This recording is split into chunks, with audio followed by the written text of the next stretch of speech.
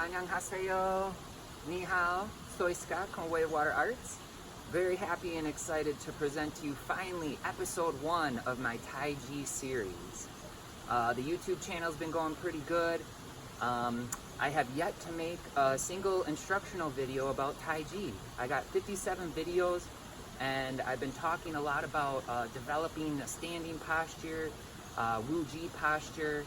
So let me quickly go over some of the principles of Wu-Ji posture because you need to know that before you start to learn how to perform TaiJi.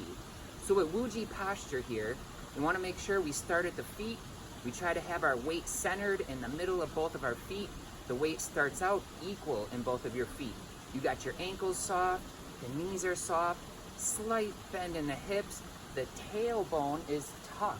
When you tuck your tailbone, it flattens the lower back, opens up the bottom half of your spine, and allows structure and alignment and energy circulation to play a part in this.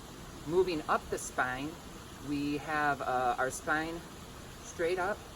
We move to the shoulders here. There's a little bit of space here in the armpits, have a little bit of openness here, and then when you relax, when you learn how to relax those shoulders, that allows your neck and your head top to open up and suspend from the top. So with that tailbone tuck, you got your spine opening up from the bottom. Relaxing the shoulders allows you to suspend that head top and open up those spaces between your vertebrae. So from Wu-Ji posture, beginning, this is TaiJi episode 1, we are learning a key principle, integrating yin-yang. And when we talk about yin-yang, we think about the change. What we're doing is going between emptiness and fullness. So the first movement here is we're shifting our weight. And as you shift your weight, make sure you keep your alignment, your posture, the Wu-Ji principles, keep all those things open. And then what we're doing is separating, integrating yin-yang. So when I'm here, I have all of my weight centered here. When you put all of your weight on one of your legs, you want to make sure that your body weight is centered on that leg. The other leg is empty. This leg is full. Now we have our arms out here to help us with stability, and then we slowly shift the weight here. Do it nice and slow, develop a root, develop a sense of where your weight is centered. And now this leg here, this is full. This one is empty. So we go between those two things there. From full, from empty to full. This is full. And one of the things you want to make sure is that your heel is flat on the bottom on both of your feet. When you're separating weight here, you don't want this leg really to lift up much. You want to use your empty leg as sort of like a kickstand, just kind of balancing you. And when you're getting started, it's going to be a little difficult to completely separate the weight, to completely integrate yin-yang. That's okay. If you start with just 75% of your weight here, 25, that is a good start. Shift it slowly to the other foot. Now I have 75% of my weight here, 25% here. The goal with practice and time, you have to be patient with the training, is to go completely full and completely empty. And one of the ways that you can test it if you're doing it right is you can kind of float your empty foot off. And one of the things I see my students do, especially the beginners, is they like to, when they're separating their weight, they want to lean. They want to lean like this because it's a little difficult understanding this if you don't have much experience with it. So make sure that your spine, your body stays upright. No leaning, no backwards, no forwards. You're kind of in a neutral position here. Separate the yin and yang. This is full now. This is full. Check yourself. Are you true? Yep. I'm full there.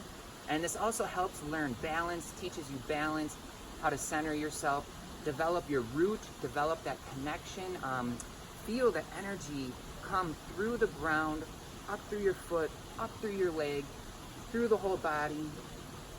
And we have balance, alignment, structural good posture. Now that is very important for everyday living. Even if you're just, you know, if you're not a martial artist, this can benefit you in so many ways, just with the way that you walk, the way that you carry yourself.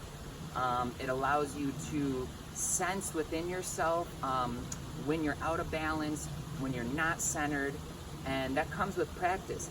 But from a martial arts standpoint, this is huge. It may seem so simple just to separate the weight here, but in martial arts, when you're sparring or competing or just kicking, whatever you're doing, when you're kicking, you need, a lot of times you have to go to one foot. You put your weight on all of one of your feet. And if you're not balanced when you lift that leg up for a side kick or a roundhouse, whatever it may be, your kick's not going to be effective. When you're keeping your body upright like this, being true to separating your weight, separating yin-yang, you find that your kicks are a lot more accurate, a lot more powerful, a lot more deceptive. A lot of times people can see, when you're sparring, if you're not able to separate your weight correctly, your opponent can almost tell what you're gonna do.